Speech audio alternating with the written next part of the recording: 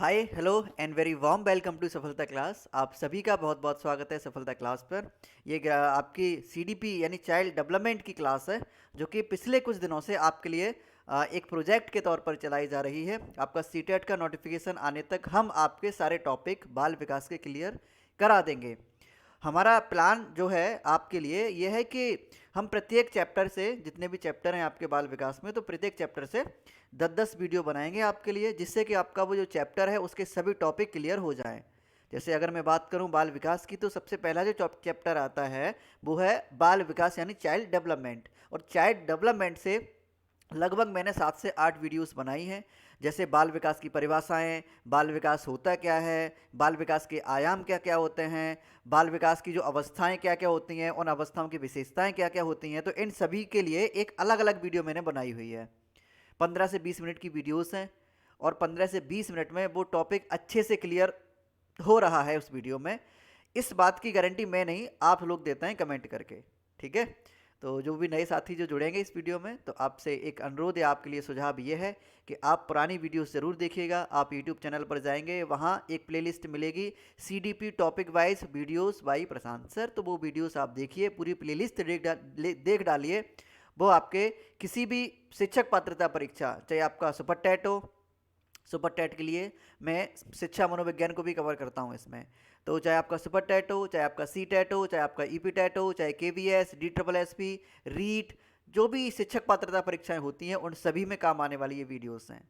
इसी कड़ी में कल हमने पढ़ा था वंशानुक्रम के बारे में, यानी हेरिडिटी के बारे में। और कल मैंने आपसे वायदा किया था कि आज हम पढ़ेंगे वंशानुक्रम और वातावरण दोनों को मिला के। इन दोनों का, वंशानुक्रम और वातावरण का, यानी एनवायरमेंट और हेरिडिटी का, बच्चे के विकास में क्या प्रभाव पड़ता है, बच्चे का जो विकास होता है वो कैसे प्रभावित होता है वंशानुक्रम और वातावरण से। तो इन चीज़ों के बारे में आज हम पढ़ेंगे। वीडियो का नाम है पार्ट 2। पार्ट 3 भी आएगा, पार्ट 4 भी आएगा। देखते जाइए क्या क्या इसमें आएगा। हर रोज़ एक नया कंटेंट मिलेगा आपको, और एक रिलेवेंट कंटेंट मिलेगा जो आपके पेपर में आता है। ठीक है, आता है ऐसा ऐसा कंटेंट जो पेपर में आता है। इस क्लास का अगर आपको पीडीएफ चाहिए, तो आप पीडीएफ इस क्लास का या किसी भी वीडियो का पीडीएफ आप सफलता ऐप से ले सकते हैं। सफलता ऐप डाउनलोड करने के बाद आप किसी भी कोर्स के लिए, किसी भी कोर्स यानी C TET, E P TET, D double S P यानी शिक्षक पात्रता परीक्षा वाला कोई भी कोर्स के लिए आप रजिस्टर करेंगे। वहाँ से आप पुरानी क्लासेस का बैकअप, जितनी भी वीडियोस हैं वो सभी ले पाएंगे। उन वीडियोस का पीडीएफ वहीं से ले पाएंगे। साथ ही साथ ई बुक, मॉक टेस्ट, ये एब्सोल्युटली फ्री ले पाएंगे। उसका हमारा कोई चार्ज नहीं है। चार्ज हम इसलिए नहीं लेते हैं बिकॉज हमारा जो मोटो है वो है साथ रहेंगे सक्सेस तक। तो बिना किसी देरी के बढ़ाते हैं आज की क्लास को आगे। सबसे पहले हम वातावरण को समझते हैं। वंशानुक्रम को हम कल समझ चुके हैं। ठीक है, वंशानुक्रम यानी हेरिडिटी के बारे में हम कल समझ चुके हैं।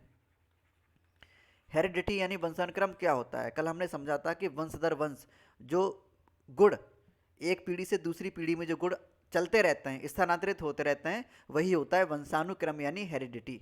अब आज समझेंगे हम वातावरण क्या होता है। वातावरण का अभिप्राय होता है व्यक्ति के आसपास की आसपास या चारों तरफ की चीज़ें, यानी हम जिन परिस्थितियों से, हमारे आसपास जो भी परिस्थितियां हैं जिनसे हम घिरे हुए हैं, वही हमारे लिए वातावरण है, एनवायरमेंट है। ठीक है, वातावरण को पर्यावरण के नाम से भी जाना जाता है। कहते हैं अरे पर्यावरण, यहाँ का वातावरण पर्यावरण लगभग एक ही बात है। अब किसी के लिए वातावरण क्या हो सकता है, जैसे मान लीजिए आप किसी, जो बच्चा है, 2 साल का बच्चा है, वो किसी घर में रह रहा है, तो उसके लिए वातावरण उसका घर ही है, उसके आसपास के लोग। अब उसके घटक क्या हो जाएंगे, वातावरण के घटक क्या क्या हो सकते हैं। मान लीजिए कोई बच्चा घर में रह रहा है, तो घर में रहने वाले सदस्य उसके घटक हो जाएंगे, वातावरण के घटक हो जाएंगे। जब वो स्कूल यानी विद्यालय जाएगा, तो विद्यालय जाने के बाद विद्यालय में जो भी मिलेगा, विद्यालय में जो भी लोग रहेंगे, वो सभी घटक हो जाएंगे। यानी मैं यहाँ लिख देता हूँ विद्यालय के सभी सदस्य। जैसे शिक्षक हो गया, शिक्षक हो गए, हो क्या गया, शिक्षक हुए, उसके साथी हुए, उसके क्लासमेट्स हुए, सभी घटक होंगे उसके लिए पर्यावरण के। ठीक है, तो वातावरण या पर्यावरण क्या होता है, हमारे आसपास की चारों चीज़ें होती हैं जिनसे हम घिरे रहते हैं, उसे बोलते हैं वातावरण। अब इसकी परिभाषाएं देखते हैं कि किस मनोवैज्ञानिक ने वातावरण के लिए क्या परिभाषा दी है। ठीक है, आप नोट कर लीजिए सभी परिभाषाएं, किस मनोवैज्ञानिक ने क्या कहा है। सबसे पहले डगलस व हॉलैंड के बारे में देखते हैं। डगलस और हॉलैंड क्या कहते हैं। वातावरण शब्द का प्रयोग हम समस्त बाह्य शक्तियों, प्रभावों तथा दशाओं का सामूहिक रूप से वर्णित करने के लिए करते हैं। डगलस कहते हैं, डगलस और हॉलैंड कहते हैं कि वातावरण का प्रयोग हम, जो भी हमारी बाह्य शक्तियां हैं, जो भी एक्सटर्नल फोर्सेस हैं, उन्हें सामूहिक रूप से वर्णित करने के लिए, उन्हें डिफाइन करने के लिए हम करते हैं।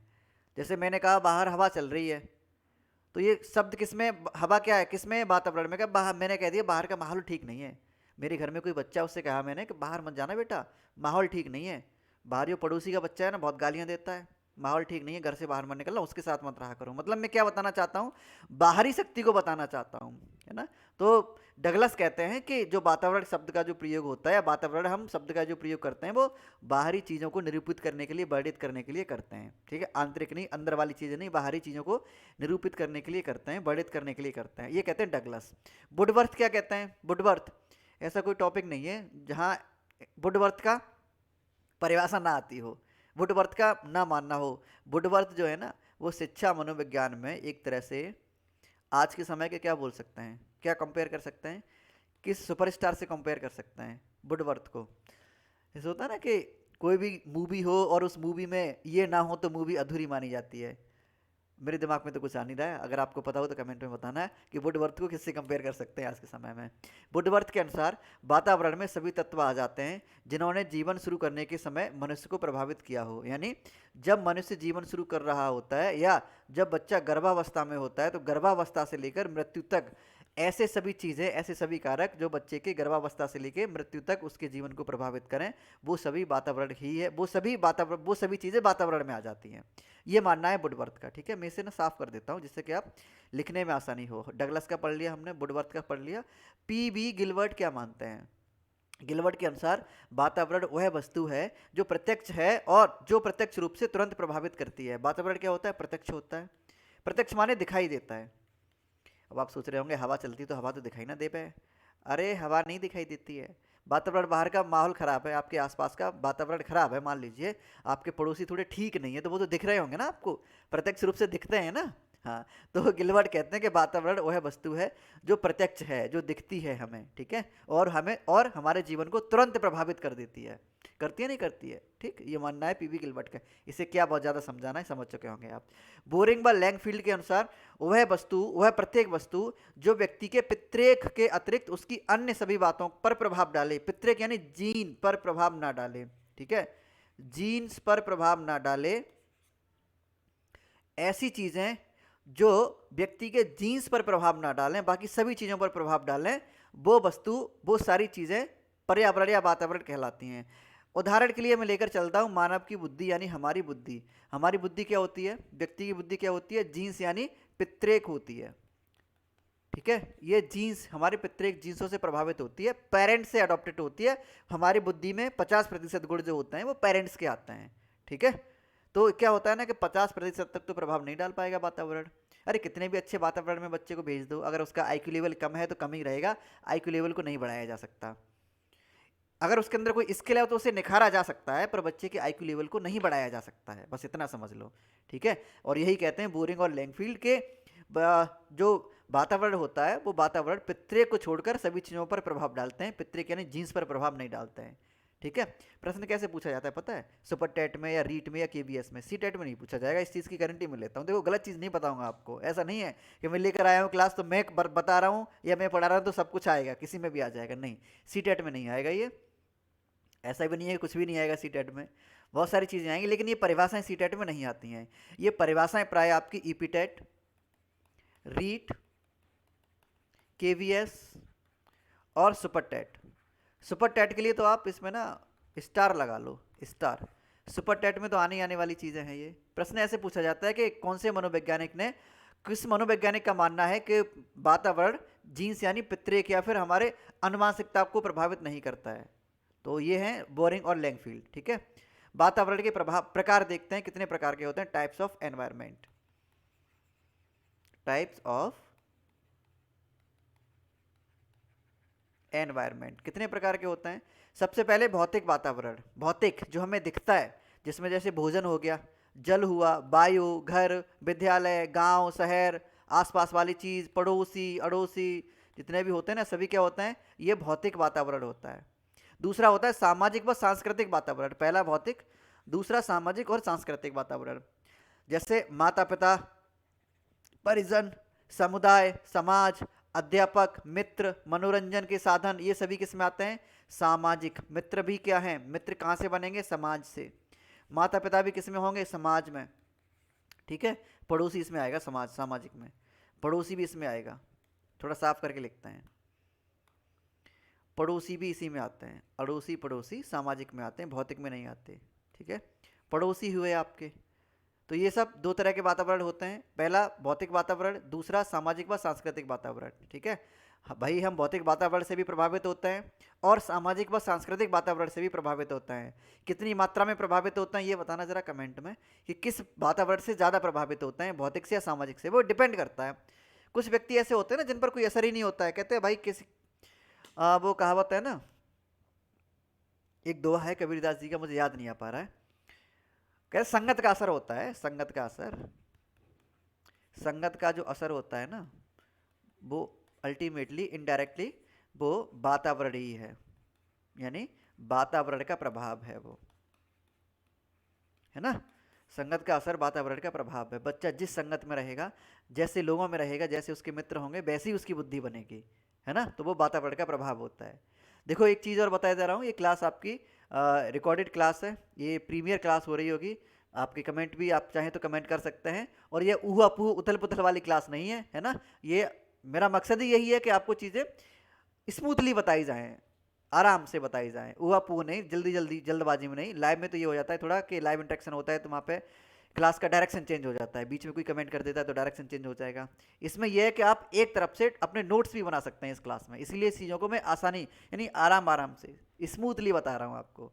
ठीक है, समझ में आया? वातावरण के प्रकार समझ में आए, दो तरह के वातावरण, भौतिक और सामाजिक।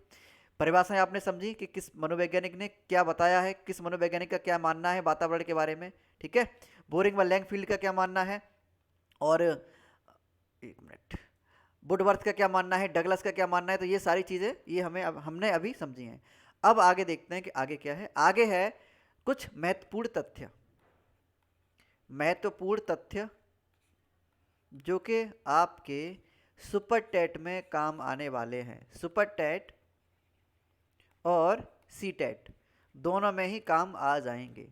सबसे पहला है कि एक संतान में माता पिता के अतिरिक्त पूर्वजों के कितने गुण या लक्षण आते हैं? 1/2 यानी 50% माता पिता के, 1/4 दादा दादी के, 1/8 परदादा परदादी के, फिर ऐसे ही आगे शेषांश अन्य पूर्वजों से आते हैं, मतलब 1/16, 1/32 अगली पीढ़ी से ऐसे चलते चले जाते हैं। ठीक है, कल हमने पढ़ा था एक बीज कोष का सिद्धांत। बीज कोष सिद्धांत किसके लिए? आनुवांशिकता के लिए, है ना। आनुवांशिकता के लिए कल हमने बीज कोष का सिद्धांत पढ़ा था। उसमें क्या था? उसमें यही तो था, उसमें था कि कभी भी जो जीन्स होते हैं वो ख़त्म नहीं होते हैं, कभी भी जो गुण होते हैं वो ट्रांसफ़र होना एक पीढ़ी से दूसरी पीढ़ी में ख़त्म नहीं होता है। तो ऐसे ये जो क्रम चलता रहता है, 1/2, फिर 1/4, फिर 1/8, फिर 1/16, फिर 1/32, ऐसे चलते रहते हैं। ठीक, अगला पॉइंट टॉपिक के पॉइंट है आपका, वंशानुगत रोग कौन सा होता है? वर्णांधता और हीमोफीलिया, ये दो होते हैं आपके वंशानुगत रोग। ठीक है, नोट कर लीजिए, दो रोग हैं, वंशानुगत, वर्णांधता और हीमोफीलिया, ये वंशानुगत रोग होते हैं। अगला है लाल व हरा रंग में भेद नहीं कर पाता, कौन? वर्णांधता का रोग ही नहीं कर पाता है। जो वर्णांधता होगा, जिसे ब्लाइंडनेस होगी, ब्लाइंडनेस, जो भी कलर ब्लाइंडनेस व्यक्ति होगा, वो दो रंग लाल और हरे रंग में भेद नहीं कर पाएगा, उसे लाल भी हरा दिखेगा और हरा भी लाल दिखेगा। ठीक है, चलिए आगे। ये क्यों बता रहा हूं मैं? क्योंकि ये वंशानुगत रोग हैं। कैसे रोग हैं? वंशानुगत रोग हैं, यानी एक वंश से दूसरे वंश में आते हैं, यानी एक पीढ़ी से दूसरी पीढ़ी में ट्रांसफर हो जाते हैं। ओके, अगला है मनुष्य में चोट लगने या कट जाने पर रुधिरी का स्राव, रुधिरी यानी ब्लड, ब्लड का जो स्राव होता है, जो रुधिरी मतलब रुधिर मतलब ब्लड जो होता है वो बहना बंद नहीं होता है, वो किस बीमारी के कारण होता है? हीमोफीलिया के कारण। ठीक, समझ में आया? किस बीमारी के कारण होता है? हीमोफीलिया के कारण होता है, खून का बहना ना रुकना। हीमोफीलिया जिस व्यक्ति को होता है तो बड़ा ही दिक्कत होती है उसके लिए, बहुत परेशानी होती है उसे, वो हमेशा डरता रहता है। अगर गलती से भी अगर कहीं भी एक्सीडेंट हो जाए, भगवान ना करे किसी के साथ हो, लेकिन अगर गलती से हो जाए तो बहुत ही दिक्कत हो जाती है, उसे बहुत ही परेशानी हो जाती है, क्योंकि ब्लड रुकना बंद नहीं होगा तो दिक्कत होगी बहुत ज़्यादा। ठीक है, तो सारी चीज़ें हमने पढ़ी, ये लक्षणों का ट्रांसफर, वंशानुगत रोग, वर्णांधता, हीमोफीलिया, लाल व हरे रंग में भेद न कर पाना वर्णांधता के कारण, मनुष्य में चोट लगने या कट जाने से रुधिरी यानी ब्लड का ना रुकना हीमोफीलिया के कारण। वंशानुक्रम की इकाई क्या होती है? Unit of heredity, genes, gene होते हैं। ठीक है, यूनिट ऑफ हेरिडिटी जीन होते हैं, जीन यानी यही इकाई होती है, मूलभूत इकाई होती है। विकासवादी सिद्धांत के समर्थक कौन थे? लेमार्कवाद। और कल हमने लेमार्कवाद सिद्धांत भी पढ़ा था, लेमार्कवाद सिद्धांत भी देखा था। यह एक सिद्धांत होता है आनुवांशिकता का, आनुवांशिकता का ये सिद्धांत होता है, आनुवांशिकता के लिए ही यह आनुवांशिकता का सिद्धांत होता है। ठीक है, कौन सा? लेमार्कवाद सिद्धांत। अगला है वंशानुगत सिद्धांत के जनक कौन थे? वंशानुगत सिद्धांत के जनक कौन माने जाते हैं? Gregor John Mendel. नोट कर लीजिए, most important question for super TET. वंशानुगत सिद्धांत के जनक ग्रेगर जॉन मेंडल। विकासवादी सिद्धांत के समर्थक लेमार्कवाद या लेमार्क। ग्रेगर जॉन मेंडल ने आनुवांशिकी का सिद्धांत किस पौधे पर किया था? मटर पर। ठीक है। कौन सा कारक बाल विकास को मुख्य रूप से प्रभावित करता है? आनुवांशिकता यानी हेरेडिटी। हेरेडिटी। शिशु की औपचारिक संस्था क्या है? विद्यालय। शिशु की औपचारिक संस्था यानी औपचारिक संस्था क्या है? विद्यालय। ठीक है। एक और आता है प्राथमिक संस्था क्या है? घर या परिवार। प्राथमिक संस्था क्या है? घर या परिवार। बच्चे के लिए घर और परिवार पहला विद्यालय होता है। वर्णांध व्यक्ति क्या नहीं बन सकता है? कलाकार या पेंटर नहीं बन सकता, क्योंकि वो लाल और हरे रंग में अंतर नहीं कर पाएगा। लाल और हरे रंग में अंतर नहीं कर पाएगा, इसीलिए वो क्या नहीं बन सकता? पेंटर नहीं बन सकता। कहीं करना होगा लाल कर देगा हरा, करना होगा हरा कर देगा लाल। ठीक है। तो वो वर्णांध जो व्यक्ति होता है, जो कलर ब्लाइंड व्यक्ति जो होता है, वो क्या नहीं बन सकता? कलर ब्लाइंड व्यक्ति कलाकार यानी पेंटर नहीं बन सकता। ठीक। व्यवहार के रचना तंत्र का निर्माण होता है वंशानुक्रम के द्वारा। ओके। वंशानुगत सिद्धांत का बीज रूप प्राप्त होता है अरस्तु के सिद्धांत से। बीज रूप, और ये बीज कोशीय सिद्धांत, बीज कोशीय सिद्धांत, वंशानुक्रम का बीज कोशीय सिद्धांत किसने दिया था? अरस्तु ने। ठीक है। मेंडल व वंशानुगत सिद्धांत प्रकाश, ये मेंडल का वंशानुगत सिद्धांत का प्रकाशित हुआ था 1866 में। किस पर किया था प्रयोग इन्होंने? मटर पर। ठीक है, मटर पर प्रयोग किया था। कब ये प्रकाशित कब हुआ था? 1866 यानी 1866 में। पितृक यानी जीन्स जो होते हैं ना, उसके मुख्य वाहक, वो किसका मुख्य वाहक होता है? वो वंश परंपरा का मुख्य वाहक होता है। उसी से तो वंश आगे बढ़ता है, मतलब उसी से तो ये हेरिडिटी चलती है एक पीढ़ी से दूसरी पीढ़ी में। ठीक है। भ्रूण में कितने क्रोमोसोम होते हैं? कल भी हमने देखा था 46 यानी 23 के जोड़े होते हैं। 23 + 23 23 के जोड़े होते हैं। ठीक है। आंखों का त्वचा का रंग किसके कारण होता है? क्या आंखों का त्वचा का रंग क्या होता है? फोनोटाइप। ये हरा रंग, पीला, काला, भूरा, ये सब नहीं होता। ठीक है। तो आज से ये भेदभाव खत्म कर देना। जो त्वचा यानी जो स्किन होती है, उसका जो रंग होता है वो फोनोटाइप होता है। ठीक है। आज ही भेदभाव खत्म कर देना। नर यानी मेल, मेल में क्रोमोसोम होते हैं XY और मादा में क्रोमोसोम होते हैं XX। ठीक है। मादा यानी फीमेल, फीमेल में क्रोमोसोम होते हैं XX। ओके।